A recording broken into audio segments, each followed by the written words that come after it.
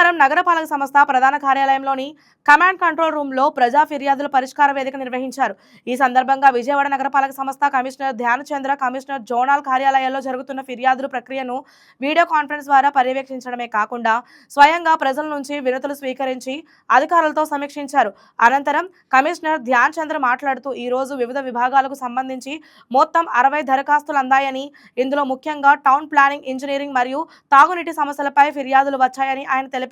కేవలం పీజీఆర్ఎస్ ఫిర్యాదులే కాకుండా పురమిత్ర ద్వారా వచ్చే సమస్యలను కూడా ఎప్పటికప్పుడు పరిష్కరిస్తున్నట్లు పేర్కొన్నారు.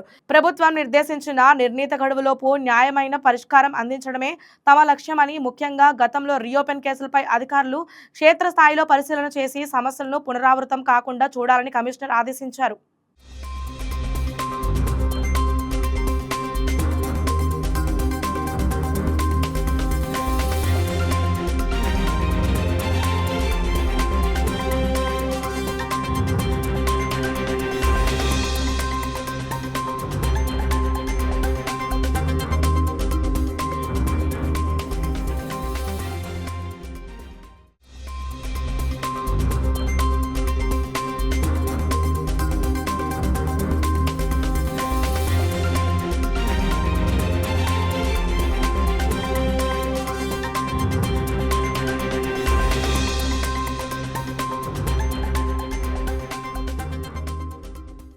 ఇది కాకుండా మనం ఒకవైపు పీజీఆర్ఎస్ ఇష్యూస్తో పాటు పురమిత్ర కంప్లైంట్స్ కూడా మనము రెగ్యులర్గా డిస్పోజ్ చేస్తూ వస్తున్నాము.